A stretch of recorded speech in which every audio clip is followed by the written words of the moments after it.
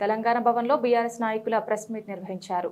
రకాలుగా ఈ ప్రభుత్వానికి ఎక్కడ మంచి పేరు వస్తుందని చెప్పి ఇబ్బందులు పెడితే అయినా సరే ప్రభుత్వ ఉద్యోగులకు సమానంగా వీళ్ళకు కూడా పిఆర్సీ ఇస్తామని చెప్పి ఈ భారతదేశంలోనే అత్యధిక పిఆర్సీ ఇచ్చినది తెలంగాణ ప్రభుత్వం పర్మనెంట్ ఉద్యోగులు.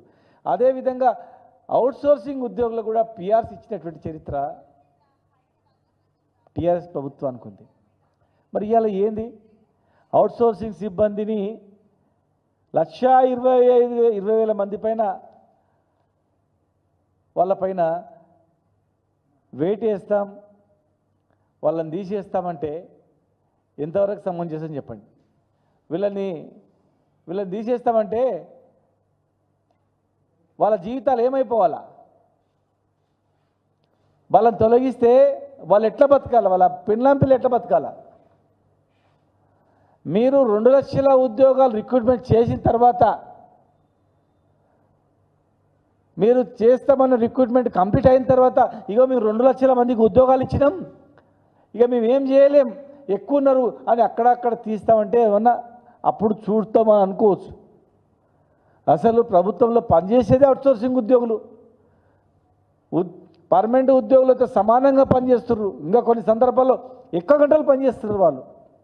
ఎందుకంటే ఒక భరోసా లేదు అక్కడ. ఏదో సాకుతో వేధిస్తారు, తీసేస్తారేమో భయంతో.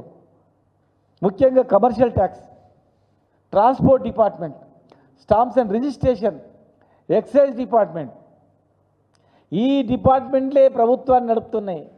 ఈ డిపార్ట్మెంట్ నుంచి వచ్చిన ఆదాయంతోనే గవర్నమెంట్ నడుస్తుంది. మరి ఆ డిపార్ట్మెంట్లో హయ్యెస్ట్ పనిచేసేది వీళ్ళే, రేయి బగలు కష్టపడేది వీళ్ళే. భయంతో గతంలో పనిచేశారు. తెలంగాణ వచ్చిన తర్వాత మమ్మల్ని తీసేయరు, పర్మనెంట్ చేస్తారు అనుకున్నారు. పర్మనెంట్ కావడానికి ఇబ్బందులు పెట్టినా పిఆర్సీ ఇచ్చినప్పుడు సంతోషపడ్డారు. ఇక మనం భరోసా ఉందిలే. ఇవాళ మీరు 2 లక్షల ఉద్యోగాలే మీరు రిక్రూట్మెంట్ చేయలేదు, ఉన్న ఉద్యోగాలు తీసేస్తామంటే ఎట్లా?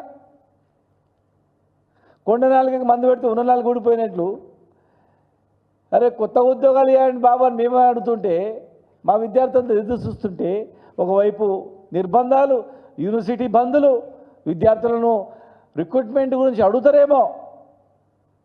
అశోక్ నగర్లో ఒక యుద్ధ వాతావరణం, ఉస్మాన్ యూనివర్సిటీలో ఒక యుద్ధ వాతావరణం. ప్రతి యూనివర్సిటీలో మాట్లాడే హక్కు లేకుండా పోయింది. మీరు ఇస్తామన్న హామీలు అడగడానికి హక్కు లేదు.